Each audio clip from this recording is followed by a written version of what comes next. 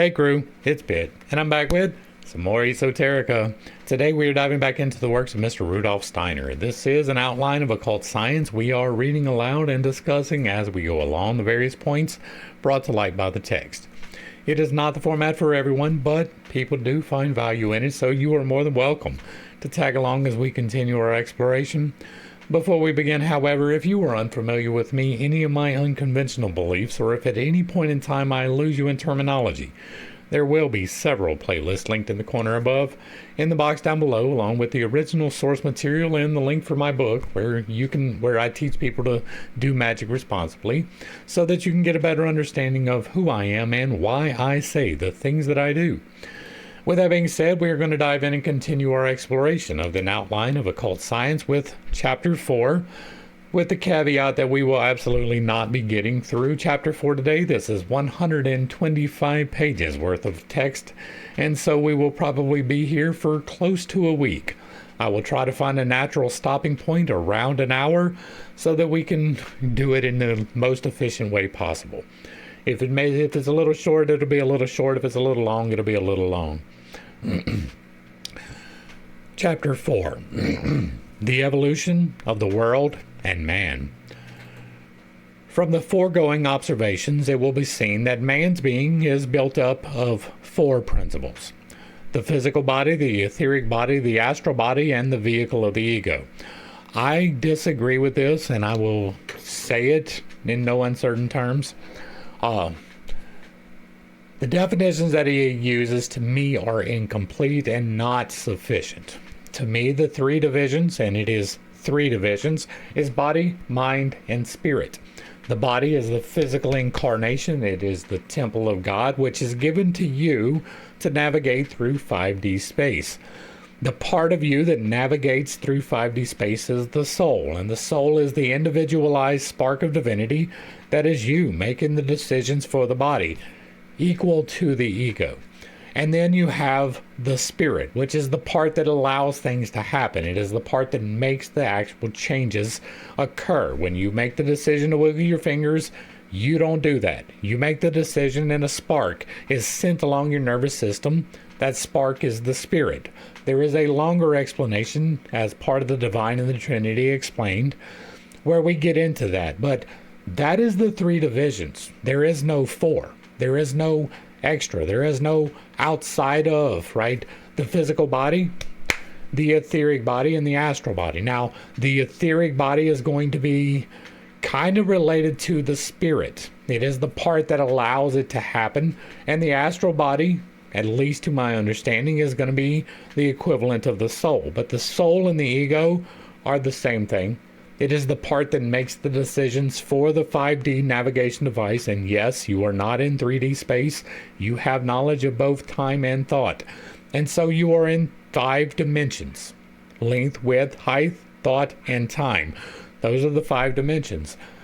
And so you are able to navigate through that by making decisions for the temple, and it is enacted by the spirit.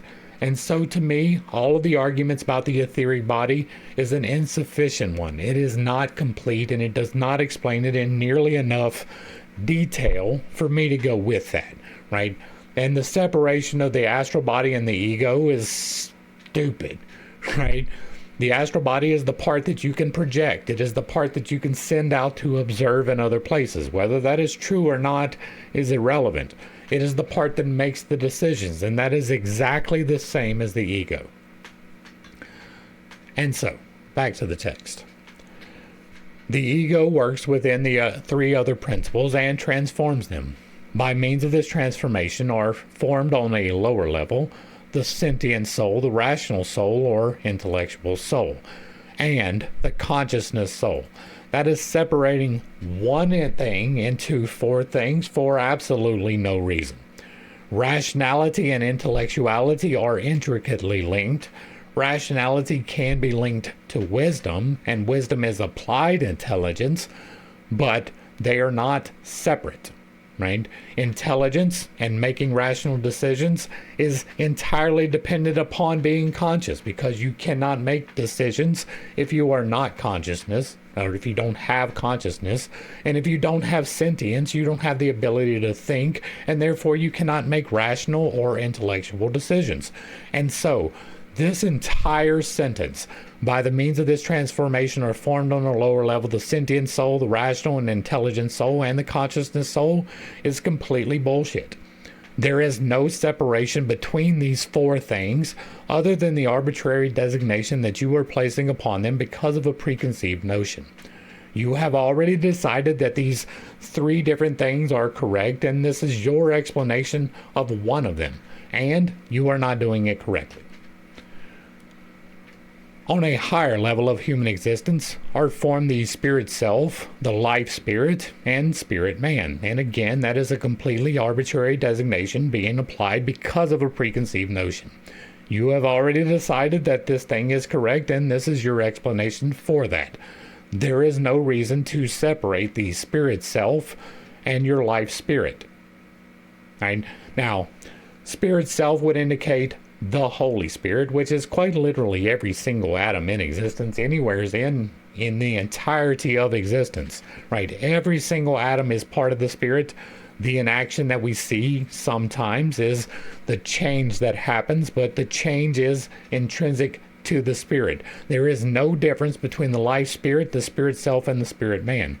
It is all spirit. The relations existing between these human principles and the whole universe are of a most varied character, and their evolution is related to that of the universe. By studying this evolution, an insight is obtained into the deeper mysteries of man's being. It is clear that human life is related in the most varied ways to the environment or dwelling place in which it evolves.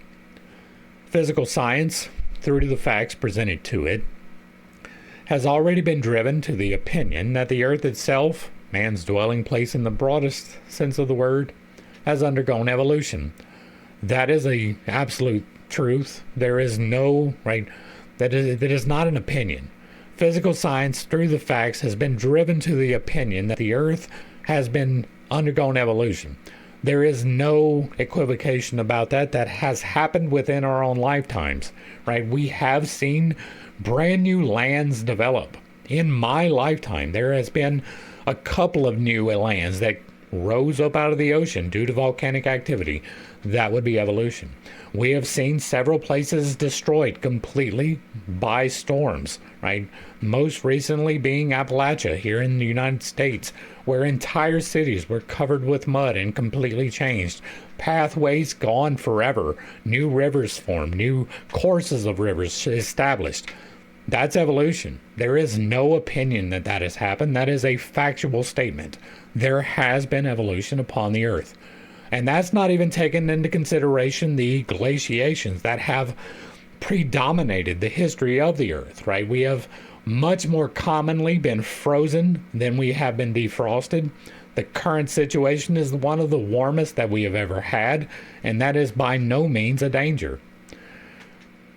So yes, absolutely, evolution has taken place, but it is not an opinion of anyone. That is a fact. Now, you can have arguments about whether interspecies evolution happens. That is an argument that is well worth discussing. But the fact even that there is variation within the species due to natural selection is not a thing that can be argued. It is absolutely a thing. Different hair colors, eye colors, melanin levels, sexual genitalia, the scale and scope of a human being. All of those are part of evolution, part of the variation within the species. The problem comes when you try to say that a bird can turn into a mammal. There's a big problem there. Science points to former conditions of the earth when man, in his present form, did not yet exist on our planet, and it shows how man has slowly and gradually evolved to his present condition from primitive states of civilization. Physical science, therefore, comes also to the conclusion that there is a connection between man's evolution and that of the heavenly body on which he lives, the earth. That is only a tangential one, and even physical science will tell you that. The environmental conditions absolutely do play a part in evolutionary conduct, right? The fact that there are different melanin levels is probably due to different climatic conditions. The farther away you get from the equator, the less melanin that it becomes apparent, right? That is within the species. But there is, therefore, a definite connection between environmental conditions and evolution. And that is even broken down into the nourishment that we have. We are in a period right now where food is abundant, even for the broke, right? We have fat, homeless people. The ability to have that nourishment in such great numbers for greater than 100 years has allowed us to grow bigger people, right? That is an environmental concern directly related to our evolutionary status. We grow bigger people now than we did 100 years ago, right? The averages are more. And that's not even taking into account its weight. I'm talking about just strictly height, bone density, and muscle mass. And so it absolutely does play a part, but, right, it is not necessarily intrinsically linked. And so if the Earth undergoes some great cataclysmic change, the environmental conditions change, and that does affect us. Not necessarily so in the reverse, despite the many climate deniers out there telling you that carbon is the problem, right? Carbon is not a problem. Carbon is plant food. The more carbon available in the air, the more readily plants grow. We are at the point right now where we almost do not have enough carbon for trees to grow, which is a significant problem. We are attempting to stop that. And the outflow, if we do manage to kill all of the carbon, despite the fact that it's going to get rid of the plants, it is going to have detrimental effects on us, right? If we get rid of the carbon, the planet is going to get significantly cooler. And as we just stated, that is the normal circumstance on this planet. And if it gets colder, we won't survive. If it gets hotter, we probably will. Right? We can make many more adjustments into hotter than we can to colder. It is much easier to shade a plant and grow it than it is to grow it in artificial heat. Back to the text. Occult science traces this connection by means of a knowledge which obtains its data from observation quickened by spiritual organs of perception. It traces man backwards in his course of development, and the fact becomes evident to occult science that the real inner spiritual being of man has progressed through a series of lives on this earth. That is mostly true as well. I'm going to let him finish this out, but we're going to come back and talk about that because there is definite showing of some evolution spiritually. Occult research arrives in this way at an epoch far back in the remote past. For when the first time that inner being of man made its entry into external life, as we understand it, it was in this first earthly incarnation that the ego began to function in the three bodies: the astral body, the etheric or vital body, and the physical body.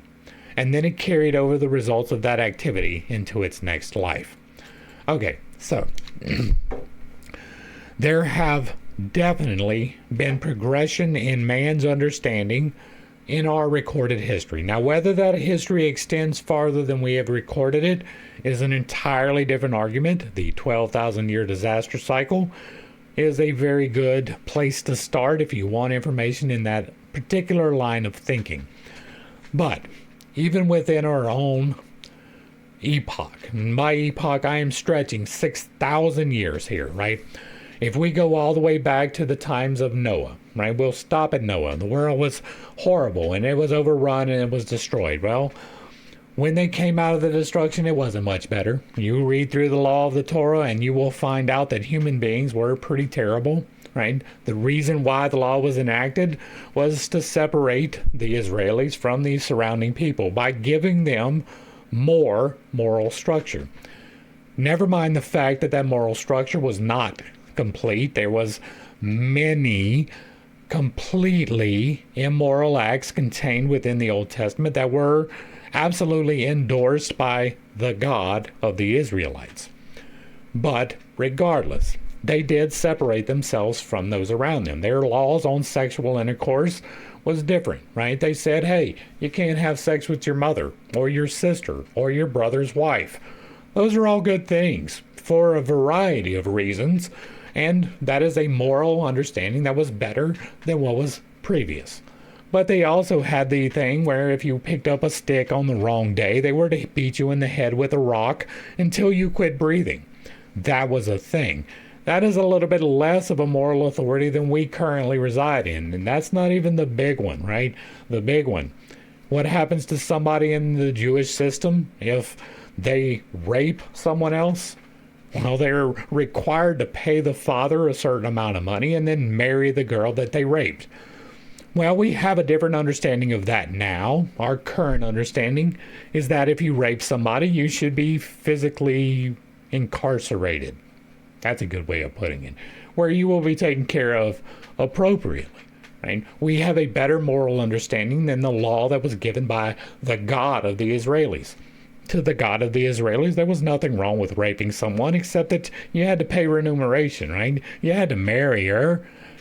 Now we understand that forcing someone else to have sex with you is intrinsically bad and you should be punished for that. That is a greater understanding that has occurred through time, and so we do evolve, right? Even within the species on a spiritual level. There are many instances along those lines that we can go back through history and see that there was some problems and we have overcome them. Once upon a time, it was perfectly acceptable to own another human being. It was in fact endorsed by the God of the Israelis. And so you see once again moral shortcoming from that particular God. But we, as a people, have decided that that is no longer acceptable. And by we, that is stretching it a bit, because there are still places where you can go and buy a human being today. Some of those are even in the United States. It is illegal here, but there are places where you can do it perfectly legally. Right? If you go over to some of the places that were displaced by a certain president and his Secretary of State, you can go today and buy a human being on a block in an open air slave market in the middle of town. That is a thing that can happen. And so we have separated ourselves morally. It's against the law here, but they have not there. And so there's still some evolution taking place on a spiritual level. We are here to evolve on a spiritual level, to come to greater understandings of more consideration for our fellow humans. Right? By making it illegal to rape someone, we have done that. Right? We've taken into consideration women's thoughts and feelings. Oh my God, it's thought-provoking. It is world-shattering. We have changed the entire paradigm, because that was absolutely not the case for the Jews. Right? That was not the case in Christianity for a long time. And so we've seen moral, spiritual evolution over time here as human beings. And so I do agree with that part of this.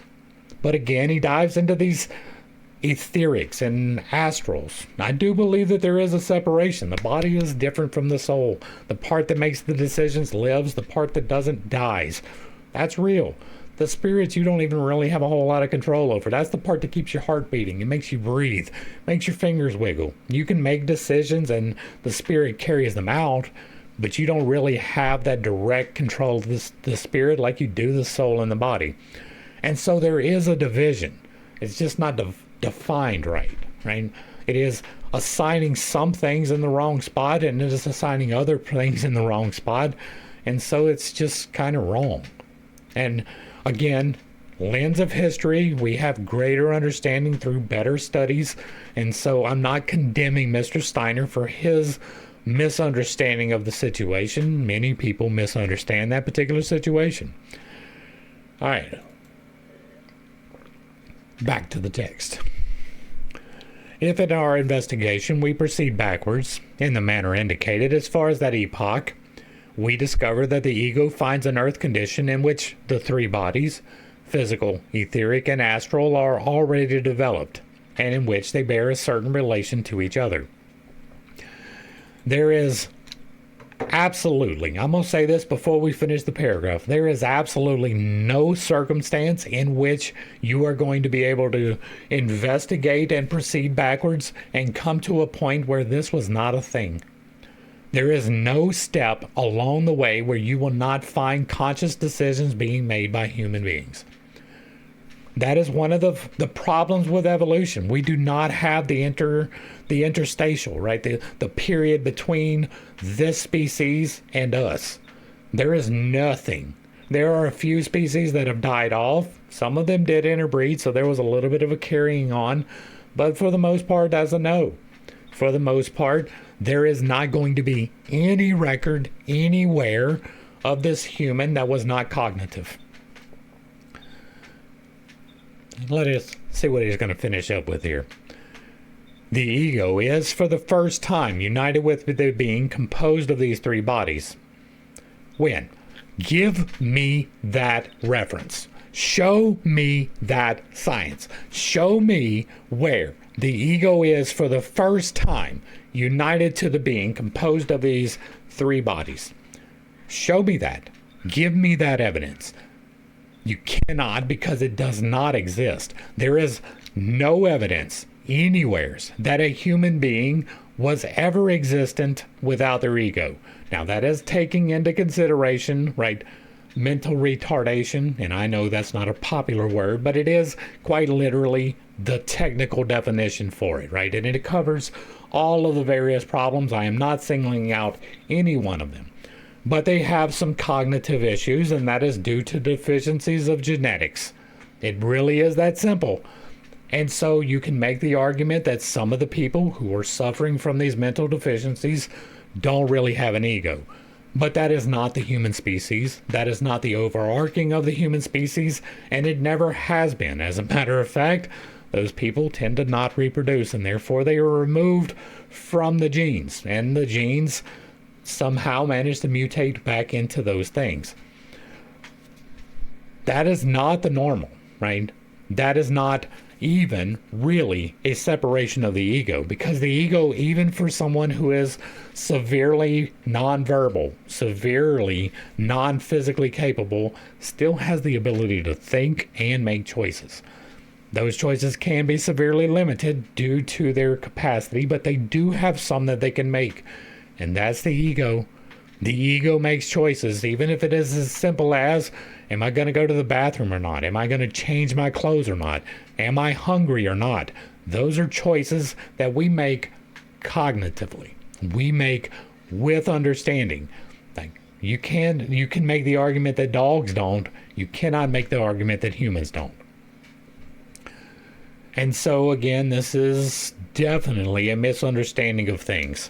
It is even possibly a deliberate misrepresentation of things, and I do not say that lightly. Right? We saw that with Mr. Levi. Levi was absolutely misrepresenting things intentionally. We have not seen that as much from Mr. Steiner.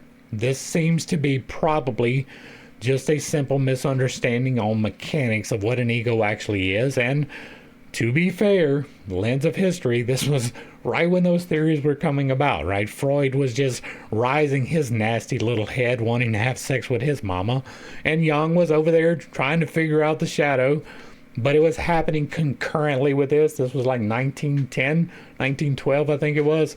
And so right when we were getting the ability to understand cognition at all, so grain of salt. All right. The further evolution of the three bodies. Hitherto, up to the stage at which that ego came in touch with them, they had evolved without a human ego. And it really, that really does bother me, because you have no grounds for that. Right, there may be something out there that I am unaware of that has this proof, right? The legends around the Sumerian tablets and the Anunnaki would intimate that this is a thing, but even they don't directly state that. That was Sitchin giving his interpretation of these things, and it was not necessarily correct either in many ways. It could be a very good explanation for things, but there is no corroborating evidence for interstellar planetary travel, right? That's a big problem for Mr. Sitchin. That's, again, not to say that it's not possible, but we don't have evidence for it. It is very unlikely that anyone would just visit us to sightsee. And so, we do not have a record that there is, at any point in time, humans without an ego, right? The only thing that can possibly be taken for that is that legend from the Sumerian tablets where the Anunnaki created these workers and then eventually gave them the ability to think and breed. Now, that is a legend. That is not a factual statement. That is not something that we can be relied upon at all. Next, occult science must now go back still farther in its researches if it is to answer the questions. How did the three bodies reach that stage of evolution at which they were able to receive an ego within them? And how did that ego itself come into being and acquire the capacity for working within these bodies? And if there was, at some point, humans without an ego, these are questions that we will not be able to answer. There is no answer for this. And there's really not. No matter what justification that he is probably going to come up with, we do not definitively know that in any way, shape, or form. It is pure speculation to answer a question reaching back into such deep antiquity that humans were not even thinking yet. There is no way to definitively answer that question. It is not even something that is currently unfolding that we would have an example of, right? Even our dogs and our cats, while they are definitely evolved farther from where they were, right? We do have much more intelligent animals than we did 100 years ago. That is a definite fact. The ones that are around us anyway. They have greater capacities, but we don't have any evidence of a dog acquiring an ego, right? You could make the argument that they have one. You can definitely make that argument. They have their individuation. They act differently, non-instinctually, but with personality, even within the same litter. It is not a genetic thing. It is an ego. You can make that argument, but you cannot make the argument for when they acquired it. You cannot say at this point they will change from not thinking to thinking, right? You're not going to be able to do that with humans either. There was literally no one around to make the record, and so if there is no record, you can't use a record. Back to the text. It is possible to answer these questions only when the gradual development of the Earth planet itself is studied from the occult point of view. By such investigation, we arrive at a beginning of the Earth planet. That method of examination, which is based only on the facts of the physical senses, cannot arrive at conclusions concerning the beginning of the Earth. A certain point of view which avails itself of such conclusions arrives at the result that everything material on the Earth was formed out of a primeval essence, or vapor. Now that is something that I believe, right? I believe that the Holy Spirit was existent at the beginning. I'm going to have to get into it. Okay, so before the beginning there was the divine God, and he was infinite and without bounds. He decided, hey, I'm going to become. And so he limited himself from the infinite into the finite. And I want to point out, me using the word he is just because it is the vernacular that everyone is accustomed to. The divine, we will never know is masculine or feminine. It is my belief that it contains both essences in perfect harmony. At the moment when God decided, hey, I am going to become creation, he limited himself from all of the infinite possibilities into the possibility of this creation, and therefore became finite. That becoming finite, that very moment of transition between the infinite into the finite, is the beginning, but it is a moment in stasis. At that moment, all of the elements are in existence. All of the hydrogen, oxygen, nitrogen, carbon, lead, everything is out there, but they are not combined into any of the greater compounds. There is no water floating around. There is merely hydrogen and oxygen. They are all existing in stasis at the moment of the beginning. Then God said, I am the light, and he became the light, and the light was, and the light was good, and therefore he became the change. When he spoke, I am, he became the change, and he enabled light to become by changing. You are right now completely surrounded by plasma. Plasma is another way of saying spirit. There is two modes to this. There is inactive plasma and there is active plasma. Inactive plasma is what is around you right now. There is a small amount of change happening. When you breathe out, condensation happens and there's water vapor formed, even if you don't see it. Small amounts of change, they are enacting. There are greater levels of change that you can witness. This lighter contains butane. The butane in this lighter can be transformed by applying a spark, and this transforms into carbon monoxide, carbon dioxide, and several other elemental compounds. What you see right here, that is active plasma. The actual flame is the visible indication of the change that is occurring. It is an exothermic reaction, therefore you can feel heat and see light. The same is true with lightning. It's the exact same process to a different scale, using different inputs, and so it gives a different light, but that is activated plasma enacting change. The entire chain from the cloud to the ground, or from the ground to the cloud, is changing. Water vapor is being dissolved into the primary elements. Other elements are being combined into multiples and greater, right? Water is being formed and ozone is being formed. All of these things are visibly seen through the lightning, but that is activated plasma. And so, this primeval essence or vapor is the spirit, all of the elements in stasis. Then the elements started combining. By the direct will of God, in my estimation, the Logos. He said, I am, and he spoke the word of creation, which is what the Logos is. If you go back and do the read, right? It's not a human being. The Logos was never a human being. You are a representation, I am a representation, but neither one of us are the Spirit. The Spirit resides within us. We are entirely made up of the Spirit. All of those elements, they make up your body. They are held together by something other than you. That's the Spirit in you, holding you together. And so, there was a primeval essence or vapor, and it was the cause of all of this coming together, but it was the Spirit. And that Spirit is equally part of you. All of that exists even now, right? The Spirit, even in change, is still the Spirit in its entirety. I am a representation of Spirit, but I am not Spirit in its entirety. Neither are you.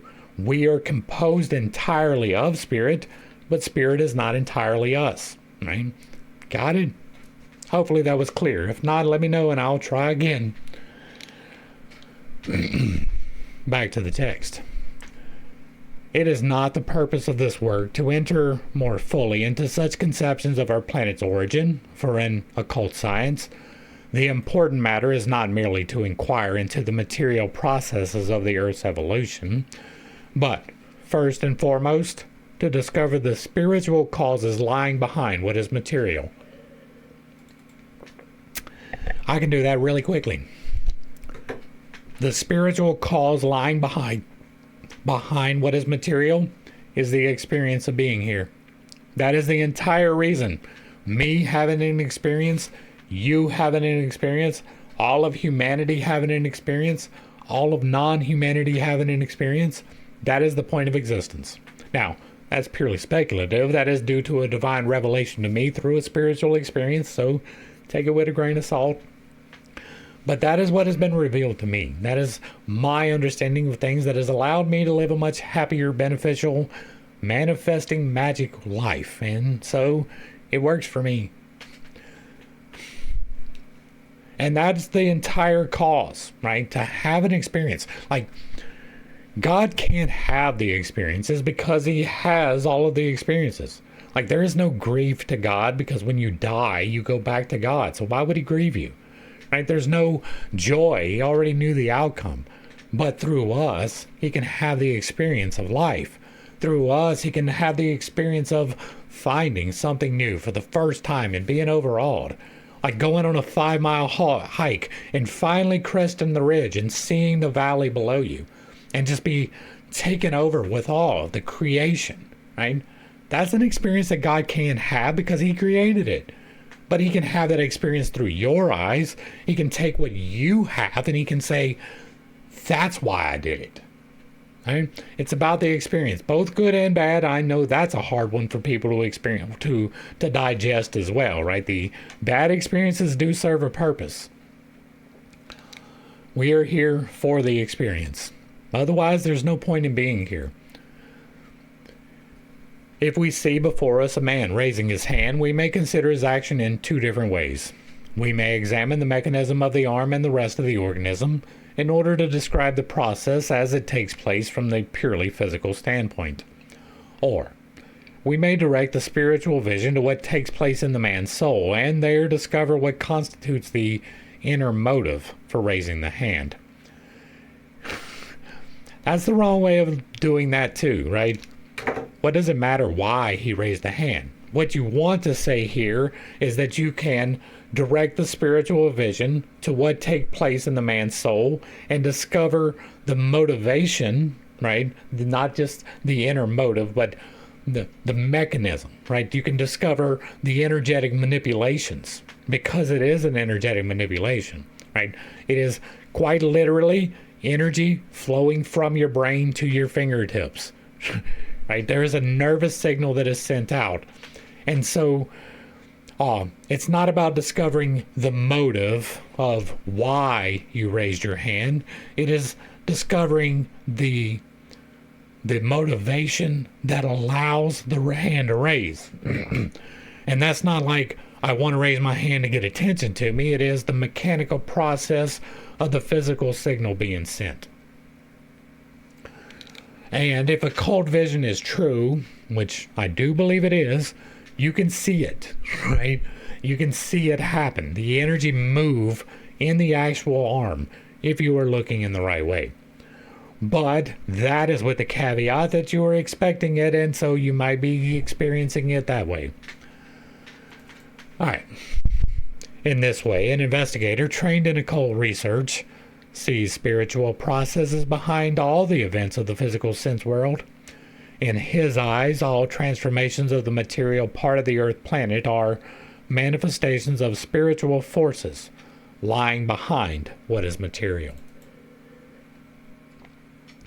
But if occult observation of this kind goes farther and farther back in the life of the Earth, it comes to a point in evolution at which material things first came into being. The material element is evolved out of the spiritual. That is an assumption that you are making that has absolutely no grounds. Once again, I believe in the spirit. I do. I believe in spiritual things.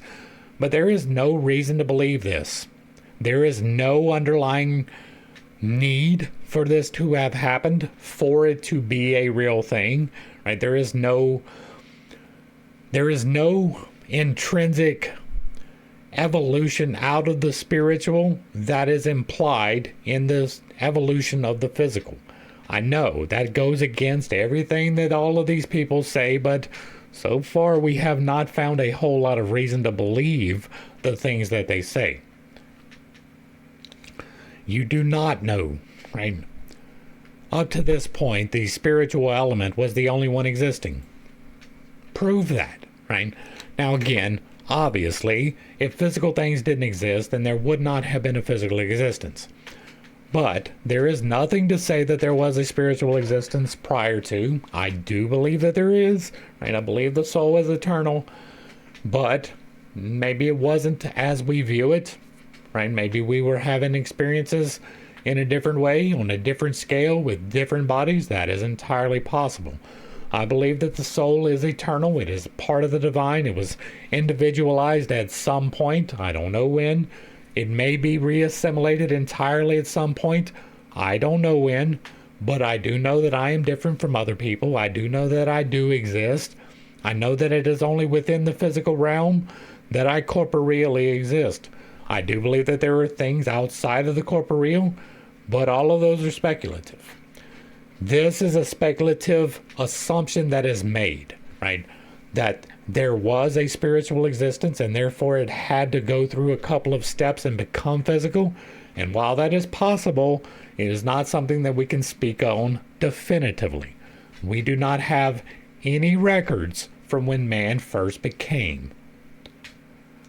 despite the fact of several religions saying that there is.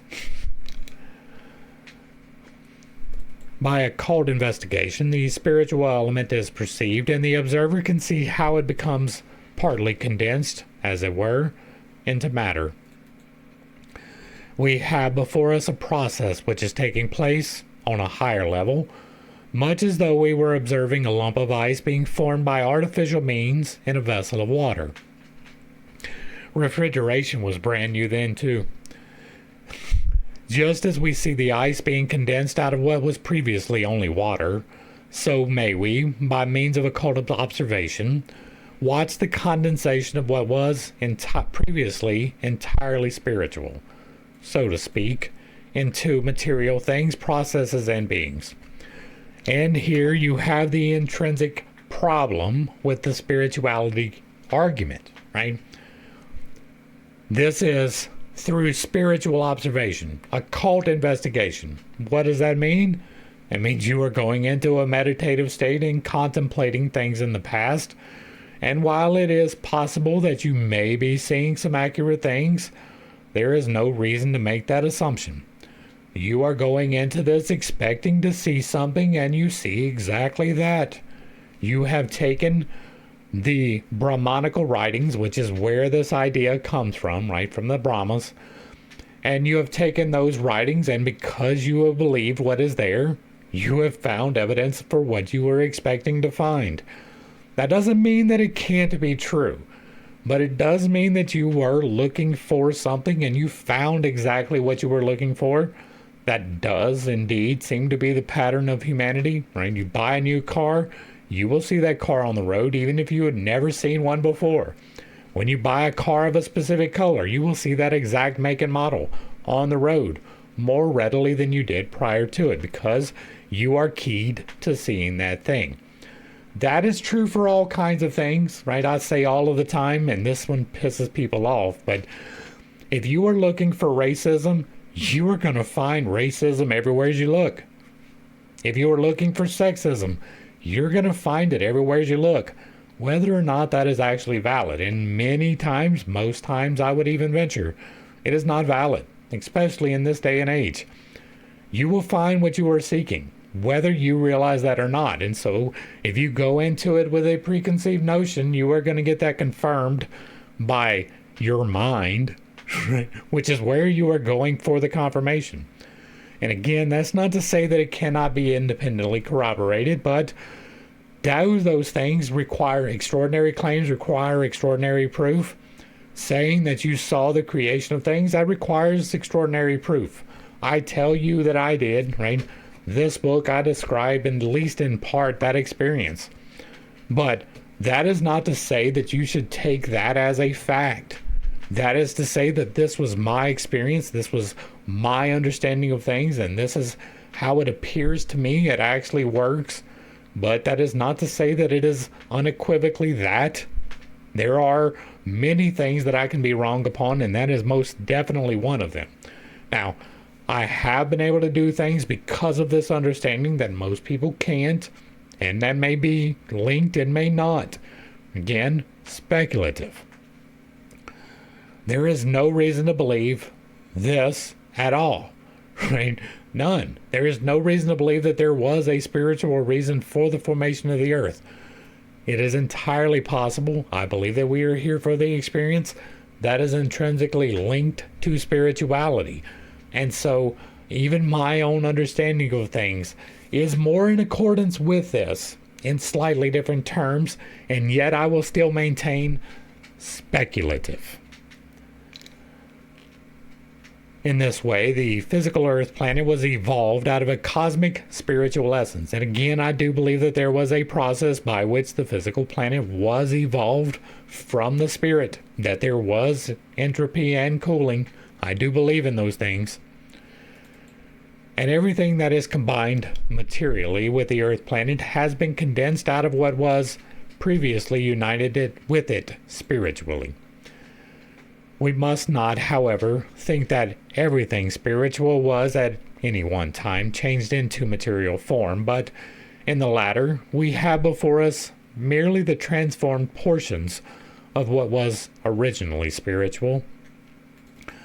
Thus, even during the period of material evolution, it is always spirit that is really the guiding and ruling principle, and that I emphatically agree with. I do believe that all things do happen for a reason, and that you may miss that reason and therefore it has to happen again, but that it was there for a reason, that it was there for the experience. There is growth in every challenge, even the ones that you don't like. And I do believe that spirit is the guiding force behind that, being the incarnate, being the limitation of God into creation. I do believe that he has decided to guide it in that way. Now, again, that is intrinsically speculative, right? We do not know anything about creation or the eternal with finality. Even the things I believe, I will maintain speculative. I believe this, right? I believe that even the planet was created for spiritual reasons. I don't believe that this tie is necessarily intrinsic, though. It is obvious that the mode of thought which restricts itself to the processes of physical sense and to what reason is able to infer from them is incapable of expressing an opinion about the spiritual element of which we are speaking. Let us assume that a being might exist to whose senses ice would be perceptible, but not the finer condition of water from which ice is detached by refrigeration. For such a being, water would be non-existent and could only become visible when its parts had been transformed into ice. In the same way, the spiritual element behind earthly processes remains hidden from one who only admits the existence of what is perceptible to his physical senses. It is a fine balance to maintain. That is a truth, right? How many times do I maintain speculation? And yet, I do things that are entirely in the realm, right? I do magic. I have healed myself through the electromagnetic manipulation of the forces of creation, which is the Holy Spirit. You do get a small measure of control, not the overarching control. And so I do rely in great deal upon my physical senses, right? The whole maintaining it as speculation, not because I don't believe it, but because it can be proven, because it is, as of yet, non-replicable. That doesn't mean it can't be replicated. It means that so far nobody has let me know that they have replicated it. That doesn't mean that it can be, but until it is, maybe it's all in my mind. Maybe it is psychosomatic. But I do need that physical proof. I am not going to take your word that you had a vision about a thing and it's true. I don't care what that vision was, unless it is verifiable. If you are an astral projector and you objectively get a goal and you maintain that goal, right? They tell you, look at this thing. And then it is proven that the thing that you looked at was exactly the way that you described it. Then you get a little bit of credit. Then I will take your word for some things. But the first time that it is disproven, then we go back to exactly where we began. That's the problem with Casey, right? I know other people have other problems, but like Casey had some things that were verifiable, right? He had some of his stuff where he was healing people, and he would go spiritually and look at them and tell them this one thing that they could change and they would be healed, and then that happens. Well, that's some verifiable stuff. Some of the later stuff is a lot less reliable. He may have leaned into the expectation of those around him a little bit too much. Some of his far-seeings around Egypt, for example. There may have been outside parties involved in that, I see you, but well, there is no proof that any of the nefarious people were involved, although they are very likely to have been. I do rely upon verification. I don't take Nostradamus for a reliable thing for anything. None of his quatrains have borne any real fruit, right? The Apocalypse of John, as of yet, there is no reason to believe that, right? And even reading the book, there's not a whole lot of reason to believe it will play out in the way it is described. Go back to the Old Testament. And so I do absolutely rely upon what is perceptible. I do. I rely upon what is verifiable, but not for my own practice. Right? I take things on faith. I do things on faith. You can as well. As long as you understand that you are doing it in faith, that it is not something that has been proven.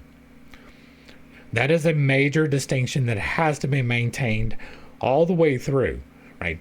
I believe in some wild things. I believe in angels and demons and genies. I believe in magic. I believe in all kinds of stuff.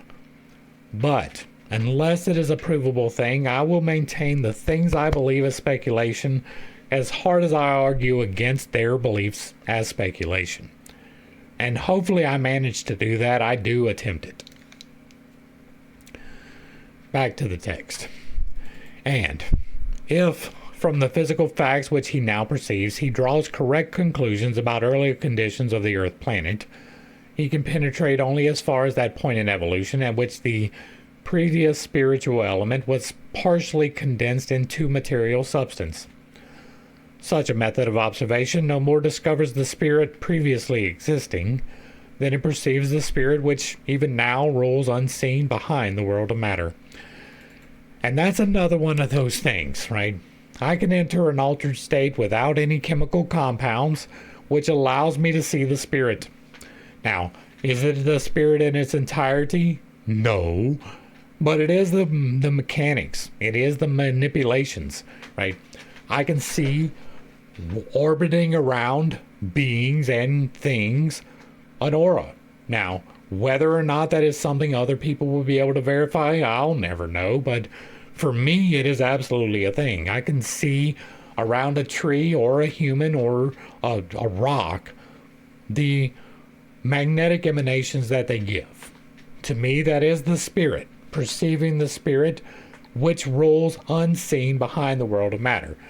Is it reliable to the degree by which I would base like many things on? Probably not, right?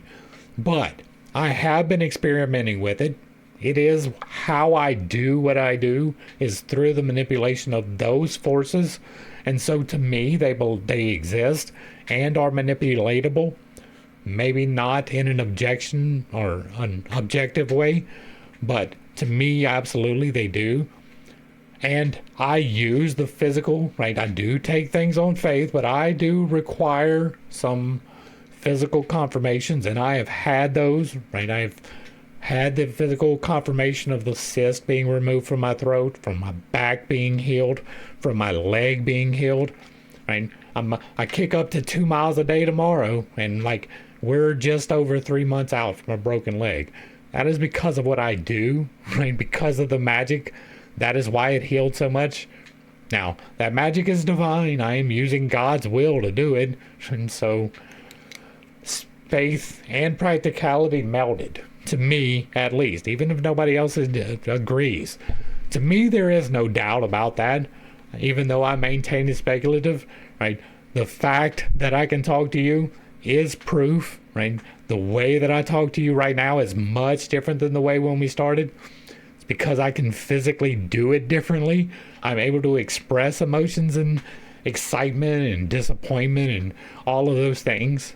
I can actually express them now, but that is because of the magic that I do. I can actually walk because of the magic I do. I can actually move my arm because of the magic that I do. And so I am taking it on faith that the magic happened, but the magic happened, and so it's a little bit less on faith. All right, we're getting close to where we need to stop, so let's see what we got. Not until we come to the last chapters of this work can we deal with those methods by which man acquires the faculty of looking back, by means of occult perception, upon those earlier conditions of the earth which are now under discussion. For the present, we shall merely intimate that the facts concerning the primeval past have not passed beyond the reach of occult research. If a being comes into corporeal existence, his material part perishes after death. But the spiritual forces, which from out of their own depth gave existence to the body, do not disappear in this way. They leave their traces, their exact images behind them, impressed on the spiritual groundwork of the world. Anyone who is able to raise his perceptive faculty through the visible to the invisible world attains, at length, a level on which he may see before him what may be compared to a vast spiritual panorama, in which are recorded all the past events of the world's history. These imperishable traces of everything immaterial are called in occult science the Akashic records. And that's where we're going to go ahead and wrap this up. Right, there is a break here that we have not seen before. It seems like there may be a new topic coming in. We will pick up right here tomorrow. I will reread this sentence as we go into the next part. But that's going to bring us to the end of the first part of the exploration of Chapter 4.